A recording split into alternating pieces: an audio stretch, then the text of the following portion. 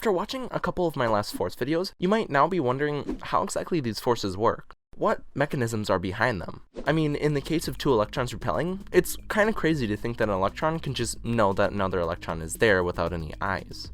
Luckily for us, force-carrying particles provide a reasonable answer. It would take a whole heck of a lot of genius to do so, but you might guess that these force-carrying particles might have something to do with carrying out these forces. You'd be right to assume so. These particles carry out and what we call mediate the fundamental forces. Important side note, these particles are a type of virtual particle, and are also called gauge bosons, but to avoid big words, I'm just going to stick with calling them force carriers.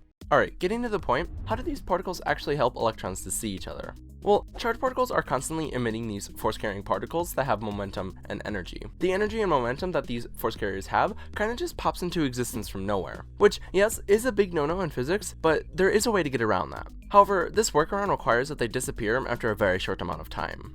When another charged particle just so happens to run into these particles before they disappear, it then gains that created energy and momentum.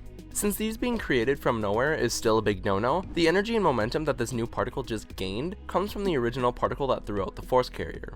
To recap what I just said, basically charged particles throw out force carriers that then run into other charged particles, and when this happens, momentum is exchanged between the two particles.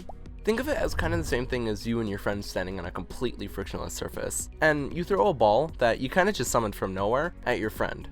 This ball then strikes him, causing him to slide. When you threw the ball, you gave the ball some momentum, and the ball did you. And when the ball strikes your friend, your ball then gives him momentum. This is kind of what's going on when one particle exerts a force on another, except for you only get momentum when the ball strikes your friend, and also if you miss, the ball just kind of disappears. These force carriers are only possible as a result of the Heisenberg uncertainty principle. That is the workaround I mentioned earlier. What this principle basically says is, at least for the sake of this video, that energy and momentum can kind of just pop into existence, but the more that does, the less time that it can exist for. What this means for our force carrier friends is that the more energy and momentum these particles have, the less time that they can exist for.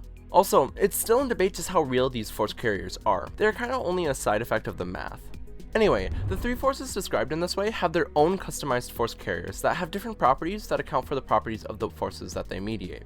There are four of them, called virtual photons, which mediate electromagnetism, gluons, which mediate the strong force, and the W and Z bosons, which mediate the weak force. In the case of electrons, since they are electrically charged, they throw out virtual photons. When these virtual photons are exchanged between the electrons, they then get repelled, and this is exactly how electrons are able to see each other.